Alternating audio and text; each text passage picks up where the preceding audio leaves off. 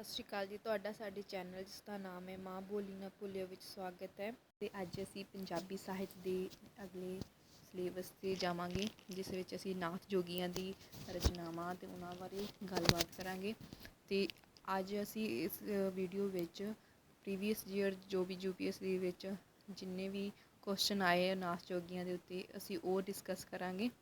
ਪਹਿਲਾ ਕੁਐਸਚਨ ਹੈਗਾ, ਮੱਧਕਾਲੀ ਸਾਹਿਤ ਵਿੱਚ ਨਾਥ ਜੋਗੀਆਂ ਦੀ ਕੀ ਭੂਮਿਕਾ ਹੈ, ਉਹਨਾਂ ਦਾ ਕੀ ਰੋਲ ਰਿਹਾ ਜੋ ਆਪਣੇ ਪੰਜਾਬੀ ਸਾਹਿਤ ਦੇ ਉੱਤੇ। ਪੰਜਾਬੀ ਸਾਹਿਤ ਦੇ ਇਤਿਹਾਸ ਦੇ ਆਰੰਭਕ ਕਾਲ ਨੂੰ ਨਾਥ ਜੋਗੀਆਂ ਦਾ ਜਨਮ ਮੰਨਿਆ ਜਾਂਦਾ ਹੈ। ਯਾਨੀ ਕਿ ਜਿਹੜਾ ਸਾਹਿਤ ਦਾ ਪਹਿਲਾ ਆਰੰਭਕ ਕਾਲ ਆ ਉਹਨੂੰ ਹੀ ਜਿਹੜਾ ਨਾਥ ਜੋਗੀਆਂ ਦਾ ਸਮਾਂ ਮੰਨਿਆ ਗਿਆ। ਪੰਜਾਬੀ ਸਾਹਿਤ ਦੇ ਪੂਰਵ ਨਾਨਕ ਕਾਲ ਵਿੱਚ ਨਾਥ ਸਿੱਧ ਪਰੰਪਰਾ ਇੱਕ ਮਹੱਤਵਪੂਰਨ ਧਾਰਮਿਕ ਸੰਪਰਦਾ ਮੰਨੀ ਜਾ ਸਕਦੀ ਹੈ। ਨਾਥ ਜੋਗੀਆਂ ਦੇ ਸਾਹਿਤ ਨੂੰ ਸਭ ਤੋਂ ਪਹਿਲਾਂ ਡਾਕਟਰ ਮੋਹਨ ਸਿੰਘ ਨੇ ਪੰਜਾਬੀ ਸਾਹਿਤ ਵਿੱਚ ਸਥਾਪਿਤ ਕੀਤਾ। ਸੰਪਰਦਾਇਕ ਗ੍ਰੰਥਾਂ ਵਿੱਚ ਨਾਥ ਸੰਪਰਦਾ ਦਾ ਕਈ ਨਾਵਾਂ ਨਾਲ ਉਲੇਖ ਮਿਲਦਾ ਹੈ, ਜਿਵੇਂ ਸਿੱਧ ਮੱਤ, ਨਾਥ ਮੱਤ, ਸਿੱਧ ਮਾਰਗ, ਯੋਗ ਮਾਰਗ, ਯੋਗ ਸੰਪਰਦਾ, ਅਵਧੂਤ ਮੱਤ ਆਦਿ। ਪਰੰਤੂ ਇਸ ਸੰਪਰਦਾ ਦਾ ਪ੍ਰਚਲਿਤ ਨਾਂ ਨਾਥ ਸੰਪਰਦਾ ਰਿਹਾ ਹੈ। ਇਸ ਦੇ ਅਨੁਆਈ ਕਈ ਪ੍ਰਚਲਿਤ ਨਾਂ ਨਾਥ ਅਤੇ ਸਿੱਧ ਹੀ ਰਹੇ ਹਨ। ਇਹ ਨਿਰਣਾ ਕਰਨਾ ਜ਼ਰੂਰੀ ਬਣ ਜਾਂਦਾ ਹੈ ਕਿ ਇਸ ਸੰਪਰਦਾ ਨੂੰ ਕਿਸ ਨਾਮ ਨਾਲ ਸੰਬੋਧਿਤ ਕੀਤਾ ਜਾਵੇ ਅਤੇ ਪੰਜਾਬੀ ਸਾਹਿਤ ਦੇ ਪੂਰਵ ਨਾਨਕ ਕਾਲ ਵਿੱਚ ਇਸ ਦੇ ਸਾਹਿਤ ਨੂੰ ਕਿਸ ਸਿਰਲੇਖ ਅਧੀਨ ਰੱਖਿਆ ਜਾਵੇ। ਡਾਕਟਰ ਮੋਹਨ ਸਿੰਘ ਨੇ 16 ਨਾਥਾਂ ਦੀ ਸੂਚੀ ਪ੍ਰਸਤੁਤ ਕੀਤੀ ਹੈ, ਜਿਹਦੇ ਵਿੱਚ ਆਉਂਦੇ ਨੇ ਮਛੰਦਰ ਨਾਥ, ਗੋਰਖਨਾਥ, ਰਤਨਨਾਥ, ਧਰਮਦਾਸ। ਇਹ ਸਾਰੇ ਜਿਹੜੇ 16 ਜਿਹੜੇ ਨੇ ਨਾਥਾਂ ਦੀ ਸੂਚੀ ਜਿਹੜੀ ਕਿ ਆਪਣੇ ਪੰਜਾਬੀ ਸਾਹਿਤ ਵਿੱਚ ਹੋਏ, ਇਹ ਸਾਰੇ ਪੜ੍ਹ ਲੈਣਾ ਤੁਸੀਂ। ਅਤੇ ਹੁਣ ਅਸੀਂ ਇਹਨਾਂ ਦੀ ਭੂਮਿਕਾ ਦੀ ਗੱਲ ਕਰਾਂਗੇ ਕਿ ਇਹਨਾਂ ਦਾ ਰੋਲ ਰਿਹਾ ਹੈ ਸਾਹਿਤ ਵਿੱਚ। ਚਿੱਤ ਬਿਰਤੀਆਂ ਦੇ ਨਿਰੋਧ ਦਾ ਮੂਲ ਸੰਕਲਪ ਸਾਹਮਣੇ ਰੱਖਦੇ ਹੋਏ ਨਾਥ ਜੋਗੀਆਂ ਨੇ ਸਰੀਰ, ਮਨ, ਪ੍ਰਾਣ, ਸਾਧਨਾ ਦਾ ਮਾਰਗ ਪ੍ਰਸਤੁਤ ਕੀਤਾ ਹੈ। ਹੁਣ ਨਾਥ ਸਾਹਿਤ ਦੀਆਂ ਬਹੁਤ ਸਾਰੀਆਂ ਵਿਸ਼ੇਸ਼ਤਾਵਾਂ ਹਨ, ਜਿਨ੍ਹਾਂ ਕਰਕੇ ਇਸ ਦੇ ਸਾਹਿਤ ਨੂੰ ਵੱਖਰਾ ਨਾਮ ਦਿੱਤਾ ਹੈ। ਨਾਥ ਜੋਗੀਆਂ ਦੀ ਕਵਿਤਾ ਪੰਜਾਬੀ ਦੀ ਧਰਤੀ ਦੀ ਕਵਿਤਾ ਹੈ। ਨਾਥ ਜੋਗੀਆਂ ਦੇ ਸਥਾਨ ਪੰਜਾਬੀ ਵਿੱਚ ਮਿਲਦੇ ਹਨ, ਜਿਵੇਂ ਜਲੰਧਰ ਨਾਥ ਦੇ ਨਾਂ 'ਤੇ ਜਲੰਧਰ ਸ਼ਹਿਰ ਵਸਿਆ ਹੋਇਆ ਹੈ। ਚੌਰੰਗੀ ਨਾਥ ਦਾ ਖੂਹ ਸਿਆਲਕੋਟ ਵਿੱਚ ਹੈ। ਯਾਨੀ ਕਿ ਉਹਨਾਂ ਦੇ ਪ੍ਰੂਫ ਸਾਨੂੰ ਹਜੇ ਤੱਕ ਮਿਲਦੇ ਆ ਕਿ ਕਿੱਥੋਂ ਕਿੱਥੇ ਜਿਹੜੇ ਨਾਥ ਉਹਨਾਂ ਦੇ ਨਾਮ ਜੁੜੇ ਹੋਏ, ਕਈ ਸ਼ਹਿਰਾਂ ਨਾਲ ਜੁੜਿਆ। ਕੋਈ ਗੋਰਖ ਵੀ ਪੰਜਾਬ ਦਾ ਜੰਮਪਲ ਸੀ, ਇਸ ਲਈ ਇਹਨਾਂ ਨਾਥਾਂ ਦੀ ਬਾਣੀ ਸਾਨੂੰ ਪੁਰਾਤਨ ਪੰਜਾਬੀ ਦੀ ਵੰਨਗੀ ਪੇਸ਼ ਕਰਦੀ ਹੈ। ਯਾਨੀ ਕਿ ਇਹ ਜਿਹੜੇ ਨਾਥ ਸੀ, ਇਹਨਾਂ ਦੇ ਪੁਰਾਤਨ ਜਿਹੜਾ ਸਾਡਾ ਪੁਰਾਣਾ ਪੰਜਾਬ ਆ, ਉਹਨਾਂ ਦੀ ਸਾਰੇ ਜਿਹੜੀ ਸਾਨੂੰ ਦ੍ਰਿਸ਼ ਇੱਕ ਲਿਆ ਦਿੰਦੀ ਹੈ ਕਿ ਕੀ ਉੱਥੇ ਉਸ ਥਾਵਾਂ ਦੀਆਂ ਘਟਨਾਵਾਂ, ਕਿਹੋ ਜਿਹੇ ਲੋਕ, ਉਹਨਾਂ ਦੀ ਬੋਲਚਾਲ, ਉਹਨਾਂ ਸਭ ਕੁਛ ਸਾਨੂੰ ਇਹਨਾਂ ਦੀ ਰਚਨਾਵਾਂ ਤੋਂ ਪਤਾ ਲੱਗਦਾ ਹੈ।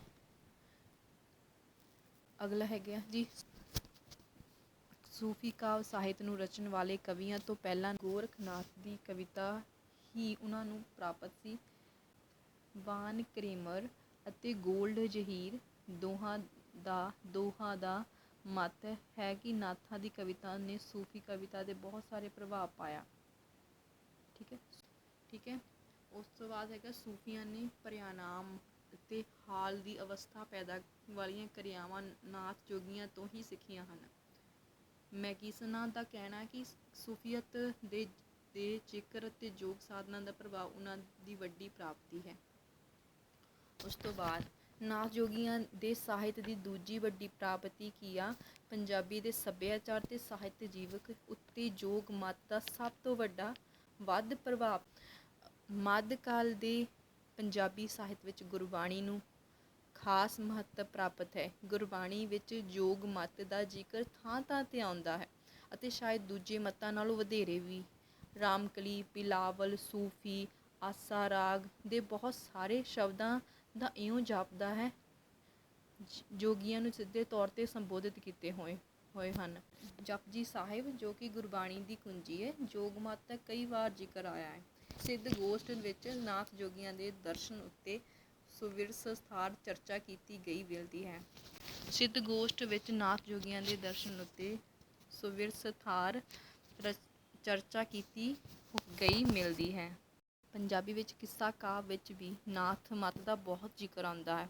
ਮੱਧਕਾਲ ਵਿੱਚ ਨਾਥ ਮੱਤ ਭਾਰਤ ਵਿੱਚ ਹੀ ਨਹੀਂ ਸਗੋਂ ਵਿਦੇਸ਼ਾਂ ਵਿੱਚ, ਖਾਸ ਕਰਕੇ ਉੱਤਰੀ ਭਾਰਤ ਦੇ ਹਰ ਹਿੱਸੇ ਵਿੱਚ, ਸ਼ਹਿਰ ਤੇ ਪਿੰਡ ਵਿੱਚ ਲੋਕਾਂ ਦੀ ਰਹਿਣੀ ਤੇ ਬਹਿਣੀ ਦਾ ਹਿੱਸਾ ਬਣ ਕੇ ਸਮਾਜ ਵਿੱਚ ਬਹੁਤ ਮਾਣ ਸਤਿਕਾਰ ਪ੍ਰਾਪਤ ਕਰ ਚੁੱਕਾ ਸੀ। ਪੰਜਾਬੀ ਕਿੱਸਾ ਕਾਵਿ ਨੂੰ ਇਸ ਮੱਤ ਦੀ ਹਰ ਪੱਖ ਬਹੁਮੁੱਲੀ ਦੇਣ ਸੀ। ਜੋਗ ਮੱਤ ਦੇ ਸਿਧਾਂਤਕ ਤੇ ਸਾਧਨਾਤਮਕ ਰੂਪ ਨੂੰ ਕਿੱਸਾਕਾਰਾਂ ਨੇ ਆਪਣੀ ਰਚਨਾਵਾਂ ਵਿੱਚ ਨਿਰੂਪਣ ਕਰਕੇ ਇਸ ਦੇ ਅਮੀਰ ਵਿਰਸੇ ਨੂੰ ਹੋਰ ਵੀ ਉਜਾਗਰ ਕੀਤਾ ਹੈ। ਮੁਕਬਲ ਨੇ ਆਪਣੇ ਕਿੱਸੇ ਵਿੱਚ ਜੋਗ ਮੱਤ ਦੀ ਵਡਿਆਈ ਕਰਦਿਆਂ ਕਿਹਾ ਹੈ ਕਿ ਜੋਗ ਮੱਤ ਨਾਲ ਮੁਕਤੀ ਪ੍ਰਾਪਤ ਹੁੰਦੀ ਹੈ। ਜੋਗ ਮੱਤ ਮਨ ਦੀ ਮੈਲ ਦੂਰ ਕਰਦੀ ਹੈ, ਰੱਬ ਤੱਕ ਪਹੁੰਚਣ ਦਾ ਬਹੁਮੁੱਲਾ ਸਾਧਨ ਹੈ। ਉਹ ਲਿਖਦਾ ਹੈ, ਜੋਗੀ ਹੋਇਆ ਨਾਥ ਜੀ ਮੁਕਤ ਹੋਵੇ, ਜੋਗੀ ਜੀਉ ਦੀ ਮੈਲ ਗਵਾਈਂਦਾ ਏ, ਜੋਗੀ ਹੋਇਆਂ ਬਣਦੀਆਂ ਸਭ ਆਸਾਂ, ਜੋਗ ਰੱਬ ਨੂੰ ਜਾਏ ਮਿਲਾਈਦਾ ਹੈ। ਫਿਰ ਉਸ ਤੋਂ ਅੱਗੇ ਹੈ, ਨਾਥ ਜੋਗੀ ਦੀ ਕਵਿਤਾ ਵਿੱਚ ਅਪਭ੍ਰੰਸ਼ਾਂ ਦੀ ਰੰਗਣ ਹੈ। ਸੰਸਕ੍ਰਿਤ ਤੇ ਹਿੰਦੀ ਦੀ ਪਰਮਾਰ ਹੈ। ਜਿਵੇਂ ਮਰੀਬਾ ਤੋਂ ਮਨ ਮਾਰੀਬਾ, ਲੁਟੀਬਾ, ਪਵਨ ਭੰਡਾਰਾ, ਸਾਥੀਬਾ ਤੋਂ ਪੰਜ ਤਤ ਸੋਇਬਾ, ਤੋਂ ਨਿਰੰਜਨ ਨਿਰੰਕਾਰਾ। ਚੌਰੰਗੀ ਨਾਥ ਦਾ ਇਹ ਲਿਖਿਆ ਹੋਇਆ, ਠੀਕ ਹੈ। ਉਸ ਤੋਂ ਬਾਅਦ ਹੈਗਾ ਨਾਥ ਬਾਣੀ ਵਿੱਚ ਨਾਥ ਜੋਗੀਆਂ ਨੇ ਆਪਣੇ ਧਰਮ ਦੀ ਵਿਆਖਿਆ ਕੀਤੀ ਹੈ। ਜਿਵੇਂ ਹਿੰਦੂ ਧਿਆਣੇ ਦੇਹੁਰਾ, ਮੁਸਲਮਾਨ ਮਸੀਤ, ਜੋਗੀ ਧਿਆਣੇ ਧਰਮ ਪਦ, ਜਹਾਂ ਦੇਹੁਰਾ ਨਾ ਮਸੀਤ। ਇਹ ਗੋਰਖਨਾਥ ਦੀ ਰਚਨਾ ਹੈ। ਨਾਥ ਬਾਣੀ ਕਿਤੇ ਕਿਤੇ ਗੁਰਮਤਿ ਨਾਲ ਵੀ ਮੇਲ ਖਾਂਦੀ ਹੈ। ਪ੍ਰਣਵੇਂ ਗੋਰਖ ਸੁਣੋ ਪੂਤਾ, ਅੰਨ ਪਾਣੀ ਜੋਗ, ਅੰਨ ਕੇ ਸੰਜਮੀ ਬਿਨ ਨਾ ਜਾਏ, ਨਿੰਦਰਾ ਕੇ ਸੰਜਮੀ ਕਾਲ ਨਾ ਜਾਏ। ਭਾਈ ਗੁਰਦਾਸ ਜੀ ਲਿਖਦੇ ਹਨ, ਥੋੜਾ ਸਵਣਾ ਖਾਵਣਾ, ਥੋੜਾ ਬੋਲਣਾ ਗੁਰਮਤਿ ਪਾਏ। ਪਰੰਤੂ ਨਾਥ ਬਾਣੀ ਤੇ ਗੁਰਬਾਣੀ ਦਾ ਮੇਲ ਆਮ ਨਹੀਂ ਹੈ, ਇਹਨਾਂ ਦਾ ਵਿਰੋਧ ਵੀ ਹੈ। ਜਿਵੇਂ ਗੁਰੂ ਨਾਨਕ ਦੇਵ ਜੀ ਨੇ ਇਸਤਰੀ ਨੂੰ ਮਹਾਨ ਦਰਜਾ ਦਿੱਤਾ ਹੈ, ਭਾਵ ਕਿ ਇਹਨਾਂ ਦੀ ਵਿਚਾਰਧਾਰਾ ਵੱਖਰੀਆਂ ਨੇ। ਉਸ ਨੂੰ ਸੋ ਕਿਉ ਮੰਦਾ ਆਖੀਏ, ਜਿਤ ਜੰਮੇ ਰਾਜਾਨ ਕਹਿ ਕੇ ਵਡਿਆਇਆ ਹੈ। ਉੱਥੇ ਗੋਰਖ ਵਰਗੇ ਨਾਰੀ ਦੀ ਭੰਡਣੀ ਕਰਕੇ ਉਸਨੂੰ ਬਾਗਣ ਕਹਿ ਕੇ ਇਉਂ ਦੁਰਕਾਰਦੇ ਨੇ। ਬਾਗਣ ਜਿੰਦ ਲੈ, ਬਾਗਣ ਜਿੰਦ ਲੈ, ਬਾਗਣ ਜਿੰਦ ਲੈ, ਬਾਗਣ ਬਿੰਦ ਲੈ, ਬਾਗਣ ਹਰਮ, ਬਾਗਣ ਹਮਰੀ ਕਾਇਆ। ਬਾਗਣ ਜਿੰਦ ਲੈ, ਬਾਗਣ ਬਿੰਦ ਲੈ, ਬਾਗਣ ਹਮਰੀ ਕਾਇਆ, ਇਨ ਬਾਗਣ ਤ੍ਰੈ ਲੋਕੀ ਖਾਈ, ਬਦਤ ਗੋਰਖ ਗਿਆ। ਦਾਮ ਕਾਢ ਬਾਗਣ ਲੈ ਆਇਆ, ਮਾਊ ਕਹੇ ਮੇਰਾ ਪੁੱਤ ਵਿਆਇਆ, ਗੀਲੀ ਲੱਕੜੀ ਕੋ ਘੁਨ ਲਾਇਆ, ਤਿੰਨ ਡਾਲ ਮੂਲ ਚੁਣ ਖਾਇਆ। ਗੁਰਬਾਣੀ ਭੀਖ ਦਾ ਖੰਡਨ ਕਰਦੀ ਹੈ ਅਤੇ ਅਸਲੀ ਪਰਮਾਤਮਾ ਬਣਨ ਦੀ ਪ੍ਰੇਰਦੀ ਹੈ। ਅਸਲੀ ਪਰਮਾਤਮਾ ਬਣਨ ਲਈ ਗੁਰਬਾਣੀ ਭੀਖ ਦਾ ਖੰਡਨ ਕਰਦੀ ਹੈ। ਤੇ ਜਿਹੜੇ ਚਰਪਟ ਨਾਥ ਦੀ ਵੀ ਨਾ ਭੇਖ ਦਾ ਖੰਡਨ ਕਰਦਾ। ਜਿਵੇਂ ਦੇਖੋ, ਭੇਖ ਕਾ ਜੋਗੀ ਨਾ ਕਹਾਓ, ਆਤਮ ਕਾ ਜੋਗੀ ਚਰਪਟ ਨਾਓ। ਠੀਕ ਹੈ। ਇਸੇ ਤਰ੍ਹਾਂ ਨਾਥ ਜੋਗੀਆਂ ਨੇ ਆਪਣੀ ਬਾਣੀ ਵਿੱਚ ਬੁੱਧ, ਸਿੱਧ, ਪਰੰਪਰਾ ਦੇ ਅਨੇਕਾਂ ਸੰਕਲਪੀ ਸ਼ਬਦਾਂ ਨੂੰ ਵਰਤਿਆ ਹੈ। ਮਿਸਾਲ ਵਜੋਂ ਸੁਨ, ਨਿਰਵਾਣ, ਸਹਿਜ, ਨਦ, ਬਿੰਦ, ਅਨਹਦ, ਮੂਰਤ, ਸ਼ਬਦ, ਭਾਵ, ਸਾਗਰ, ਨਿਰੰਜਨ। ਇਹ ਸੰਕਲਪੀ ਸ਼ਬਦਾਵਲੀ ਨਾਥ ਜੋਗੀਆਂ ਦੀ ਧਾਰਮਿਕ ਚੇਤਨਾ ਦਾ ਸੰਚਾਰ ਕਰਨ ਲਈ ਪ੍ਰਤੀਕਾਵਲੀ ਪ੍ਰਦਾਨ ਕਰਦੀ ਹੈ। ਪਰ ਇੱਥੇ ਇੱਕ ਗੱਲ ਧਿਆਨਯੋਗ ਹੈ ਕਿ ਨਾਥ ਜੋਗੀਆਂ ਨੇ ਬਹੁਤ ਸਾਰੇ ਸਿੱਧ ਸੰਕਲਪਾਂ ਨੂੰ ਆਪਣੇ ਵਿਚਾਰਧਾਰਾ ਅਨੁਸਾਰ ਨਵੀਂ ਪਰਿਭਾਸ਼ਾ ਦੇਣ ਦਾ ਯਤਨ ਵੀ ਕੀਤਾ।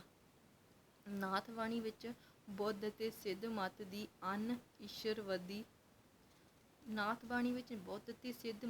ਅਨ-ਈਸ਼ਵਰਵਾਦੀ ਦੀ ਧਾਰਨਾ ਦਾ ਤਿਆਗ ਵੀ ਦਿਖਾਈ ਦਿੰਦਾ ਹੈ। ਜੋਗੀਆਂ ਦਾ ਸੁੰਨ, ਨਿਰੰਜਨ, ਹੋਂਦ ਅਤੇ ਹਸਤੀ ਦਾ ਸੁਮੇਲ ਹੈ, ਅਰਥਾਤ ਇਸ ਵਿੱਚ ਈਸ਼ਵਰਵਾਦ ਦੇ ਮੁੱਢਲੇ ਲੱਛਣ ਭਰਨ ਦਾ ਯਤਨ ਕੀਤਾ ਗਿਆ ਹੈ। ਨਾਥ ਜੋਗੀਆਂ ਨੇ ਲੋਕਾਂ ਨੂੰ ਭੇਖਾਂ ਦੇ ਕੁਰੀਤੀਆਂ ਵਿੱਚੋਂ ਕੱਢ ਕੇ ਸਿੱਧੇ ਰਾਹ 'ਤੇ ਪਾਉਣ ਲਈ ਉਹਨਾਂ ਨੂੰ ਸੰਜਮ ਜਤਸਤ ਨੂੰ ਕਾਇਮ ਰੱਖਣ ਦਾ ਉਪਦੇਸ਼ ਦਿੱਤਾ ਹੈ। ਸਿਮਰਨ ਯੋਗ ਸਾਧਨਾ ਨੂੰ ਉਹਨਾਂ ਨੇ ਮੁਕਤੀ ਦਾ ਸਭ ਤੋਂ ਵੱਡਾ ਮਾਰਗ ਦੱਸਿਆ ਹੈ। ਨਾਥ ਜੋਗੀਆਂ ਦੀ ਵਧੇਰੇ ਰਚਨਾ ਸਲੋਕਾਂ, ਦੋਹਿਆਂ, ਸ਼ਬਦਾਂ ਦੇ ਰੂਪ ਵਿੱਚ ਮਿਲਦੀ ਹੈ। ਇਹ ਸਾਰੇ ਰੂਪ ਵਿਸ਼ੇਸ਼ ਤੌਰ 'ਤੇ ਉਪਦੇਸ਼ ਆਤਮਕ ਕਵਿਤਾ ਦੇ ਰੂਪ ਹਨ। ਵਿਸ਼ੇ ਵਸਤੂ ਦੇ ਦ੍ਰਿਸ਼ਟੀਕੋਣ ਤੋਂ ਨਾਥ ਬਾਣੀ ਆਪਣੇ ਸਿਧਾਂਤਕ ਪ੍ਰਸੰਗ ਨੂੰ ਹੀ ਮਨੁੱਖੀ ਜੀਵਨ ਦੇ ਵੱਖ-ਵੱਖ ਪਹਿਲੂਆਂ 'ਤੇ ਲਾਗੂ ਕਰਦੀ ਹੈ। ਜੋਗੀਆਂ ਦੀ ਰਚਨਾ ਦਾ ਸਭ ਤੋਂ ਵੱਡਾ ਭਾਗ ਸਿੱਧਾਂ ਦੀ ਵਿਕਾਰ ਗ੍ਰਸਨ ਸਾਧਨਾ ਵਿਧੀ ਦੀਆਂ ਬੁਨਿਆਦਾਂ ਨੂੰ ਤੋੜਨ ਲਈ ਤਤਪਰ ਜਾਪਦਾ ਹੈ। ਹੁਣ ਇਸ ਤੋਂ ਬਾਅਦ ਕੀ ਹੁੰਦਾ ਹੈ, ਜੋਗੀਆਂ ਨੇ ਗ੍ਰਸਤ ਜੀਵਨ ਭਾਵ ਭੋਗਵਾਦ ਨੂੰ ਸਿੱਧਾ ਹੀ ਨੈਤਿਕ ਰੁਕਾਵਟ ਦਾ ਕਾਰਨ ਮੰਨਿਆ ਹੋਇਆ ਇਸਤਰੀ ਨਿੰਦਾ ਦਾ ਸੰਦਰਭ ਖੋਲ੍ਹ ਦਿੱਤਾ ਹੈ। ਯਾਨੀ ਕਿ ਜੋਗੀ ਮੰਨਦੇ ਹੁੰਦੇ ਸੀ ਕਿ ਗ੍ਰਸਤ ਜੀਵਨ ਤੋਂ ਦੂਰ ਰਹਿਣਾ ਚਾਹੀਦਾ ਅਤੇ ਇਸ ਤੋਂ ਦੂਰ ਰਹਿ ਕੇ ਅਸੀਂ ਪਰਮਾਤਮਾ ਨੂੰ ਪ੍ਰਾਪਤ ਕਰ ਸਕਦੇ ਹਾਂ, ਅਤੇ ਇਸ ਲਈ ਉਹ ਆਪਣਾ ਘਰ-ਬਾਰ ਛੱਡ ਕੇ ਜੰਗਲਾਂ ਵਿੱਚ ਰਹਿੰਦੇ ਹੁੰਦੇ ਸੀ। ਨਾਥ ਜੋਗੀਆਂ ਦੇ ਸਾਹਿਤ ਦਾ ਇੱਕ ਹੋਰ ਲੱਛਣ ਹੈ ਕਿ ਇਹਨਾਂ ਦੇ ਸਾਹਿਤ ਦੀ ਨੈਤਿਕ ਸੁਰ ਹੈ। ਉਸ ਤੋਂ ਬਾਅਦ ਅਸੀਂ ਕਹਿ ਸਕਦੇ ਹਾਂ, ਨਾਥ ਜੋਗੀਆਂ ਦੀ ਰਚਨਾ ਵਿੱਚ ਈਸ਼ਵਰ ਦੇ ਇੱਕ ਰੂਪ ਨੂੰ ਮਾਨਤਾ ਦਿੱਤੀ ਗਈ ਹੈ। ਗੋਰਖਨਾਥ ਅਨੁਸਾਰ ਈਸ਼ਵਰ ਇੱਕ ਪੁਰਸ਼ ਹੈ ਅਤੇ ਬਾਕੀ ਅਨੇਕ ਨਾਰੀਆਂ ਹਨ। ਉਸ ਦੀ ਵਿਆਪਕਤਾ ਦਾ ਆਤਮ ਰੂਪ ਵਿੱਚ ਸਭ ਪਾਸੇ ਪਸਰੀ ਹੋਈ ਹੈ। ਸ੍ਰਿਸ਼ਟੀ ਦੀ ਉਤਪਤੀ ਉਸ ਇੱਕ ਹੀ ਨੇ ਕੀਤੀ ਹੈ ਅਤੇ 14 ਬ੍ਰਹਿਮੰਡ ਉਸ ਦੇ ਸਹਾਰਾ ਹਨ। ਸੰਜਮ ਨਾਲ ਕਾਲ ਰਹਿਤ ਹੋ ਕੇ ਇੱਕ ਬ੍ਰਹਮ ਨਾਲ ਜੁੜਦਾ ਹੈ। ਅਸਲ ਜੋਗੀ ਉਹ ਹੈ ਜੋ ਸਭ ਵਿੱਚ ਇਸ ਦੇ ਬ੍ਰਹਮ ਨੂੰ ਵਿਆਪਕ ਸਮਝਦਾ ਹੈ। ਇਹ ਸੀ ਜੋਗੀਆਂ ਦੀ ਮਹੱਤਤਾ, ਆਪਣੇ ਸਾਹਿਤ ਵਿੱਚ ਕੀ ਉਹਨਾਂ ਦੇ ਯੋਗਦਾਨ ਰਿਹਾ। ਦੀ PDF ਤੁਸੀਂ ਟੈਲੀਗ੍ਰਾਮ ਗਰੁੱਪ ਤੋਂ ਲੈ ਸਕਦੇ ਹਾਂ। ਟੈਲੀਗ੍ਰਾਮ ਗਰੁੱਪ ਲਾਸਟ ਵਿੱਚ ਚੈਨਲ ਦਾ ਨਾਮ ਲਿਖਿਆ ਹੋਇਆ, ਮਾਂ ਬੋਲੀ ਨਾ ਭੁੱਲਿਓ। ਇੱਥੇ ਜਾ ਕੇ ਤੁਸੀਂ ਇਹਦੀ PDF ਲੈ ਸਕਦੇ ਹੋ। ਧੰਨਵਾਦ ਜੀ।